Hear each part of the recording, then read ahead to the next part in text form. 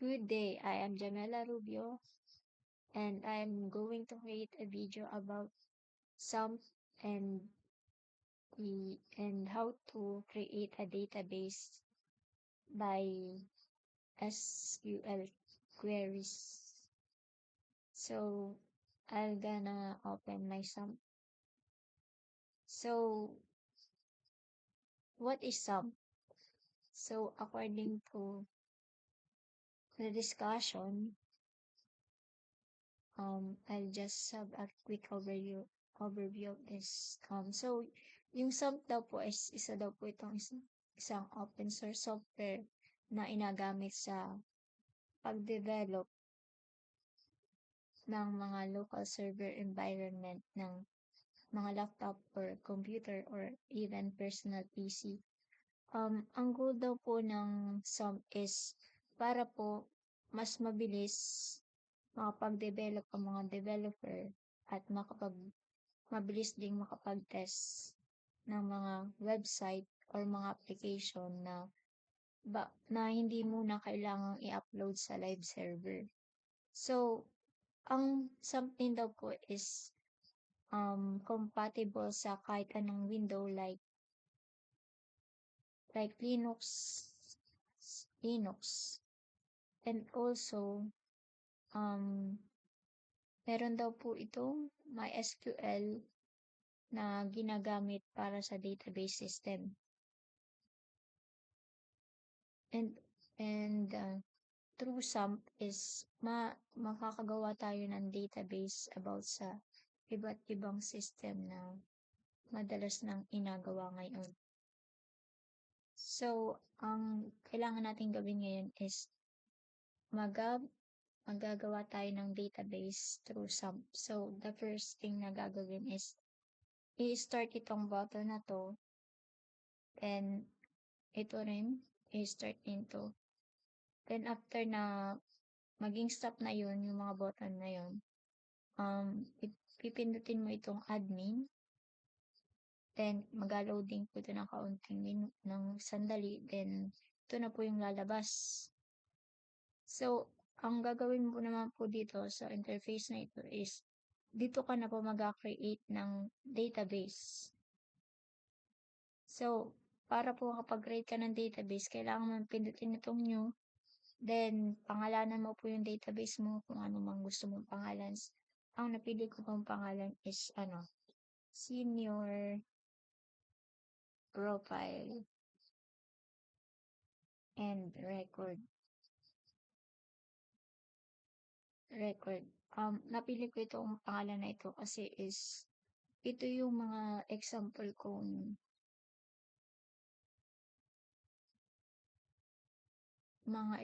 ko sa ginagawa kong activity ng nakaraan. So, create. Then, ito na po yung interface na lalabas. Ipindutin nyo lang po itong button na to. Then, pipindutin yung SQL. Dito sa SQL, magagawa tayo ng queries. Mag-type tayo ng queries, pero meron akong naka-reading code for this. So, copy-paste ko na lang para mas madali.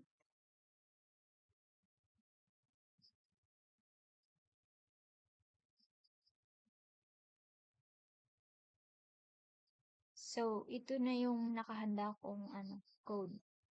So, ang kailangan na lang natin gawin dito is, but before that is, kailangan ko muna discuss to. So, yung pangalan ng aking kinreate na table is senior profile. Itong senior profile na ito, mayroong mga column na 1, 2, 3, 4, 5, 6, 7, 8, 9. 9 column na mayroong primary key na ID, my name, age, address, family income, family class, number of family at in-house, contact number, and status. So, itong mga ito ang makikita nyo mamaya sa database. So, kailangan nyo lamang na gawin next is pindutin itong nasa go. Itong button na go. Then, ito na yung lalabas. And then, balik ka lang ulit dito. And sa structure, balik ka na doon. Makikita mo na itong table, makikita nyo naman na wala pang laman. So, ang next na gagawin is, lalagyan natin to ng laman, which is, babalik ulit tayo sa SQL, then, mag-input ulit tayo ng panibagong code para malamanan ito. So, ito na yung, yung pinakang magiging content ng database sa table na ang pangalan is senior profile. Ito yung magiging content nun. Then, kailangan mo lang gawin is i-click ulit itong go button. Then, ito na yung lalabas, and then, balik ka ulit sa browse. Then, makikita mo na itong mga ito. Nandito na sa loob ng table na ito yung in-insert natin. Ito na, makikita nyo na.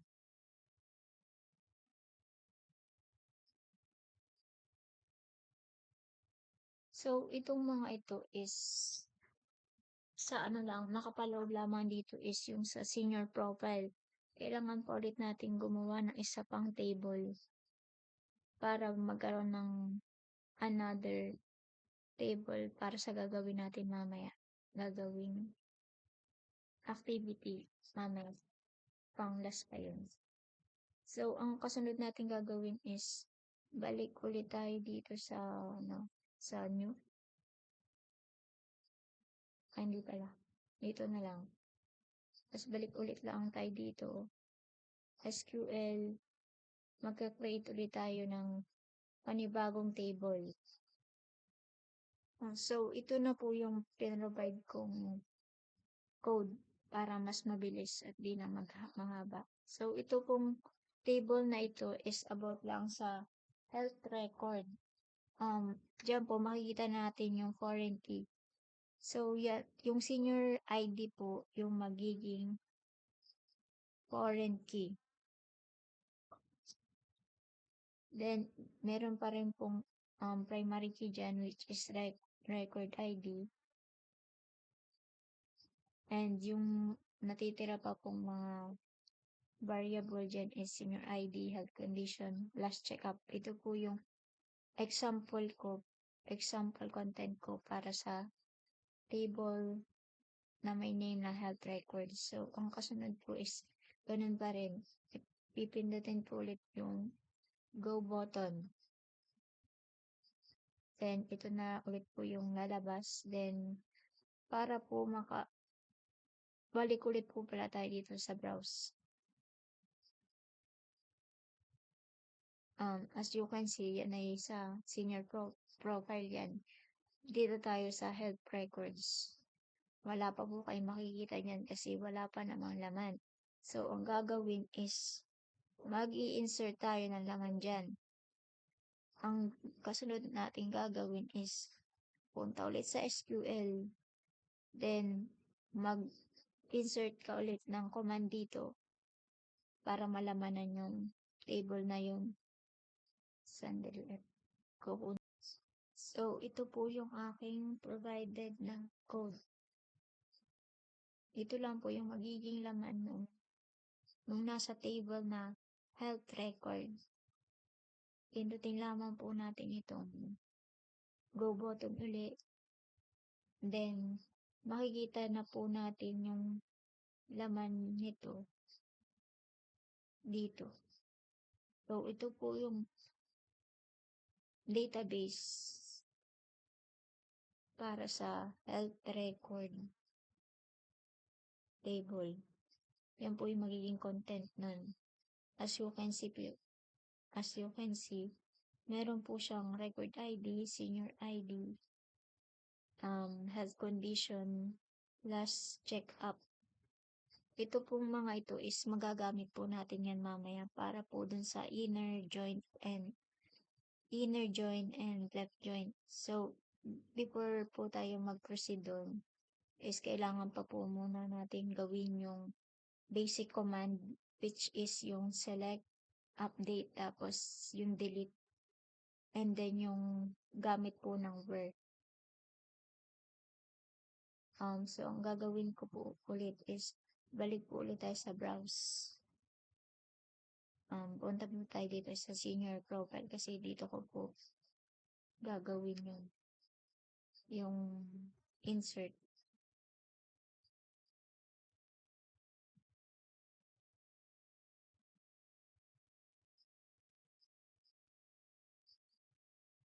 Ang command po na uunahin ko is yung select. Unahin ko muna is yung update. Kasi makapag-insert na tayo kanina. So, ito po yung code for update. Sinasabi lang po niyan is, update po natin yung senior citizen na may age of 73. Ito pong ID na ito is manggagaling po dun sa senior profile, sa table ng senior profile.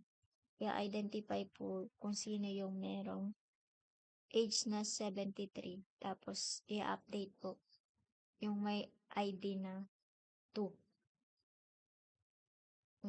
Punta lang po ulit dito is sa go. Then, ito po yung lalabas. And then, balik po sa browse.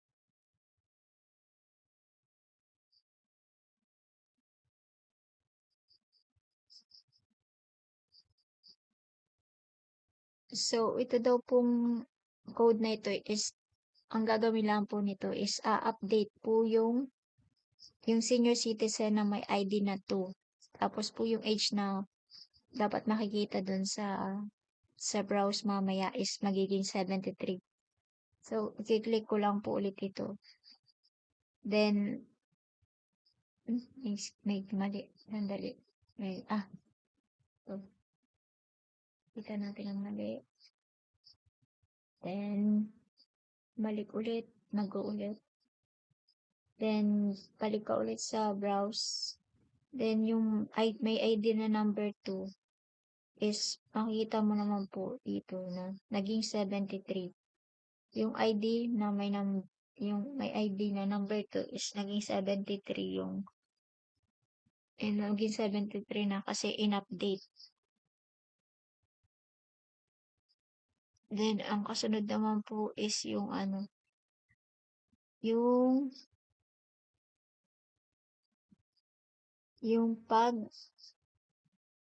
pag-delete. Yung pag-delete naman po ang kasunod. So, ang code po sa pag-delete is control D. Makikita nyo dito yung last na command natin is madidelete yung mga senior citizen na may age na greater than 70. So, ang natira na lang less than 70 pala. Kasi, ang natira na lang dito is greater than 70 yung age. So, yung less than 70 yung age is na-delete na. Nakikita nyo naman is naging 3 na lamang yung mga nandito.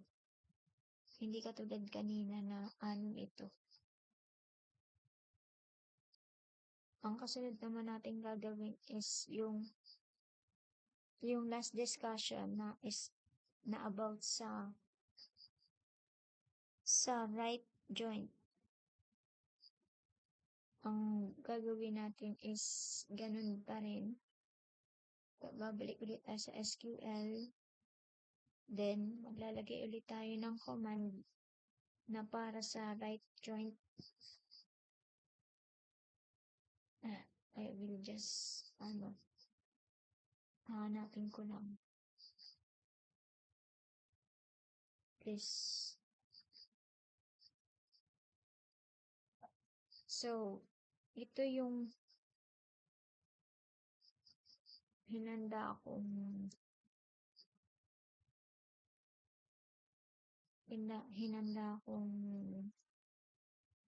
code, command, SQL command para sa right join. So, dito sa nakikita nyo naman is yung dalawang table is involved. So, yung ise-select daw yung name sa table na senior profile, then kasama din yung table na about sa health records, pero yung condition laang. So, kung makita nyo dito mamaya sa database is may dalawang column para sa name and condition. Manggagaling daw yung data sa senior profile, and meron daw na mag-join ng health record na yung galing dun sa health record is yung health condition. Then ang magiging on senior profile ID equals health record. So, bali dalawa yung column na malabas. Pagsasamahin lang sila. Pag combine yung parehas na table is may kanya-kanyang primary key, which is yung senior profile ID, yung ID, and senior ID naman para dun sa health condition.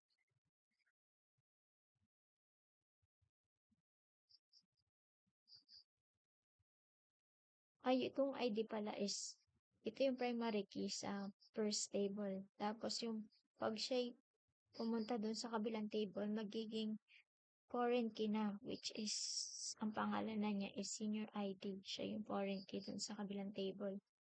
Pag nira natin ito, ang magiging result is ganito. Merong problema. So, kailangan lang natin ulitin. Inaayos na ako ng kaunti. Then, go. Ito na yung lalabas. Ito na yung lalabas na mga columns. Pinili lang. And, dito sa may mga code dito, makita nyo yung name na galing sa senior profile na table and health condition na galing sa table ng health record. Then, yung name and then health condition is yung diabetes. Yung name niya is si Maria Santos na meron daw siyang health condition na diabetes. And si Pedro Reyes na merong health condition na arthritis. And Arman Reyes na merong health condition na hypertension. So, dito sa part na to is ito yung tinatawag na inner joint, kung saan ay inapagsama yung dalawang set ng data into another table, pero temporary lang ito kasi pag bumalik tayo sa browse, babalik na naman yung dating database. So, ito lang yung lalabas pag sa inner join ang ikinamend natin dun sa may SQL.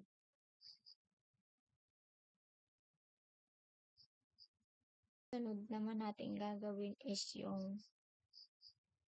left join. Mabalik ulit tayo dito sa SQL. Then, i-input ulit natin yung code or yung command para sa left join.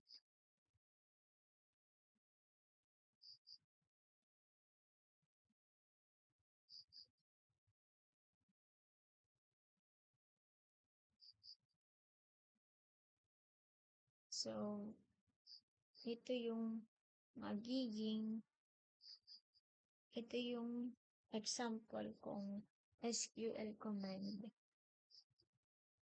At kung gusto kong palabasin dun sa table is yung related na involved na naman dyan yung dalawang table na may pangalang senior profile and health records.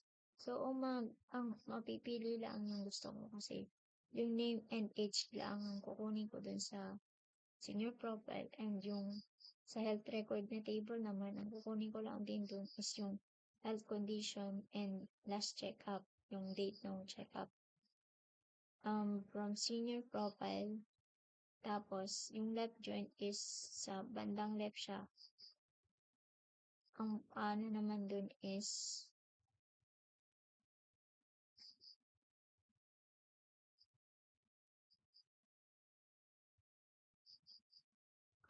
pero ang mapipili laang dun sa aking senior profile is yung may age na greater than 70. So, ibig sabihin, hindi mo papasama yung less than 70. So, ano natin kung lalabas ba.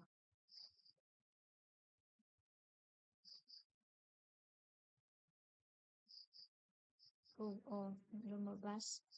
Then, makikita nyo dito sa result, ang naapektuhan lamang is yung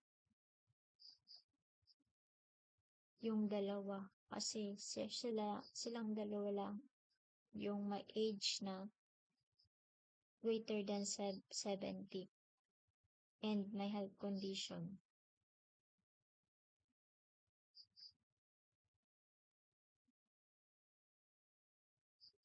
So, itong code na ito is parang about lamang din sa parang magkatulad din lang siya ng inner joint. Pero may pinagkaiba lamang kasi ito ay sa left joint is so ito yung pinakang last na activity na gagawin ko. After natin gumawa ng database na may pangalang senior profile and record,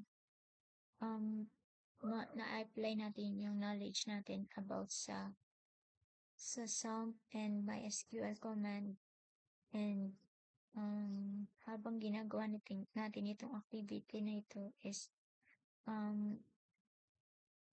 gumawa tayo ng mga activity like unang-una is yung sa paggawa ng database, na gumawa rin tayo ng table, then nag-command tayo ng insert, delete, and update, and also gumamit tayo ng dalawang uri na join, which is yung left join and right join.